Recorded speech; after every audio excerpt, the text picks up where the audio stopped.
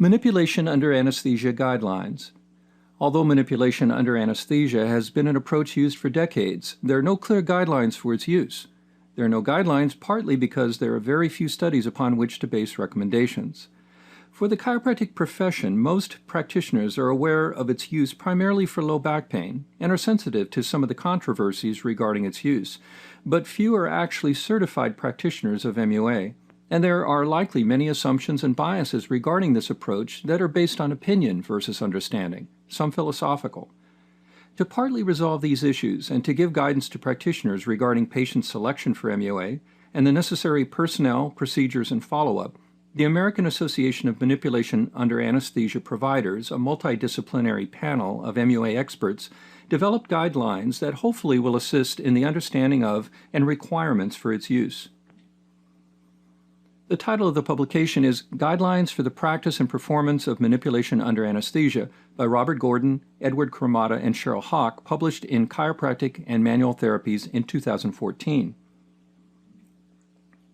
Manipulation under anesthesia is not only used for low back and neck pain, but also for adhesive capsulitis of the shoulder and other connective tissue problems. And for that reason, it does have other AKAs, such as fibrous release procedures, medicine-assisted manipulation, and medication-assisted manipulation. So the obvious questions for the non-certified MUA practitioner would include, when would I send a patient to a certified MUA practitioner? How long does it take to show results? What can the patient expect with regard to the number of times necessary for this procedure, and what is the appropriate follow-up? Well, let's review some of the basic needs for scheduling and performing MUA. It requires an interdisciplinary team, which includes an anesthesiologist, an operating room nurse, and a DC or other qualified manual therapy physician. There are basically 4 sequential steps in the protocol for MUA, including sedation, manipulative procedures, additional stretching and traction procedures, and follow-up in-office care without sedation. Although many patients and probably most practitioners assume that the designation anesthesia implies full sedation, such as used for major surgeries, MUA is a subset of monitored anesthesia care. This is similar to moderate sedation procedures used for dental surgeries and colonoscopies. For MUA, the most frequently used medications are propofol and Versed that provide a form of conscious sedation, sedation from which the patient can be aroused more readily than with general anesthesia. Plus, the recovery time from the anesthesia is quite brief, allowing the patient to return home within a short time without the need of hospitalization. Results may take on average 2 to 4 days after the MUA procedure to accomplish the desired outcome. An important component is the post-MUA therapy, which is repeated every day for 7 to 10 days after the final MUA. Details are listed here and further in the guideline publication. Some post-MUA procedures include the use of a small portable multimodality interferential or TENS device applied in the OR and at home as part of the post-MUA therapy.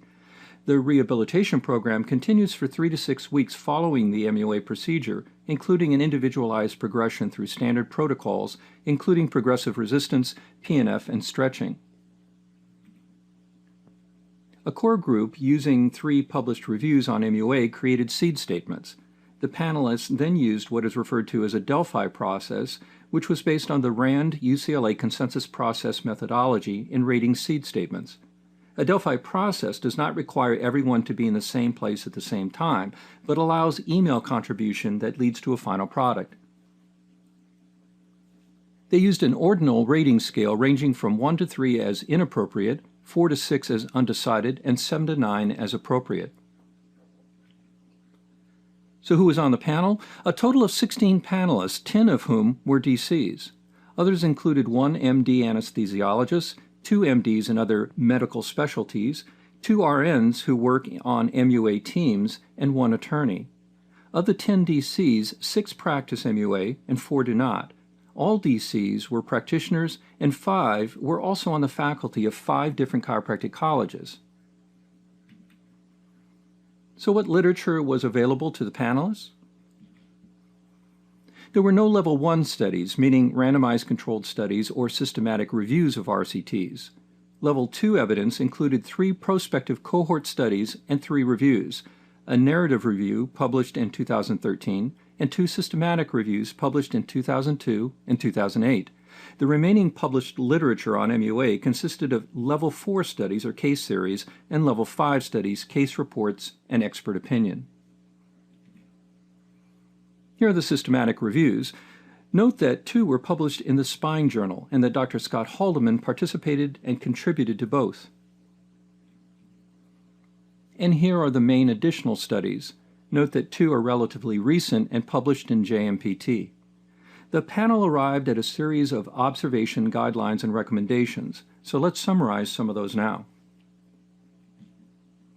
First, no serious side effects were found with MUA performed by chiropractors. Next, in answer to the obvious question, who is a candidate for MUA, they summarize that this includes the patient who has had a failed response to conservative care of at least 6 to 8 weeks, the patient who has pain that is disabling, interfering with activities of daily living and/or work, and the patient who is diagnosed with a condition that has been shown to respond to MUA.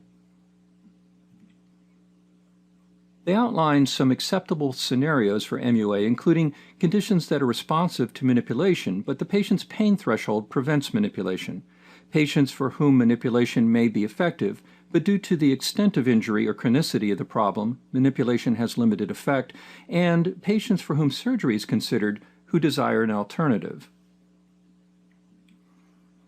They outline some conditions that may respond to MUA, including sclerotogenous pain, spinal sprain strain subluxations with or without myofascial pain, intervertebral disc syndromes without fragmentation or sequestration, or any contraindication to in-office manipulative procedures with or without radiculopathy. Cervical brachial pain syndrome, chronic recurrent cervicogenic headache, failed back surgeries with adhesion formation in a patient who has not responded to manipulation or traction, adhesive capsulitis and/or soft tissue contractures, and functional biomechanical dysfunction syndromes, including the vertebral subluxation complex. Next, given MUA can be a single treatment or serial treatments, who qualifies for a single spinal MUA? Well, they recommend this for younger patients when the area to be treated has not been previously injured, when the global and intersegmental motion restrictions are relatively mild, and when conservative care has been rendered for a sufficient time, usually for 4 to 6 weeks minimum.